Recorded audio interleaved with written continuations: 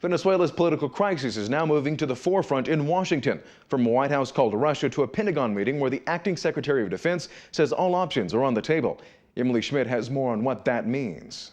For the first time in months, President Trump and Russian President Vladimir Putin talked by phone Friday. I had a very good talk with President Putin, probably over an hour.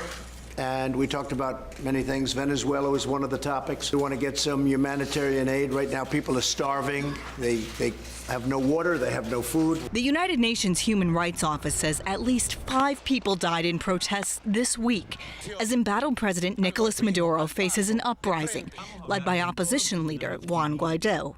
The Venezuelan power struggle is causing tensions between Washington and Moscow.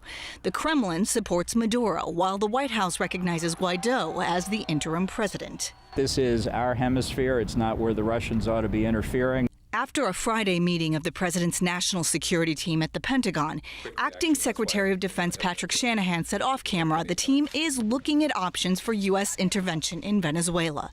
When asked, could that include naval deployment, he answered, all options are comprehensive, but there is a lot of water nearby.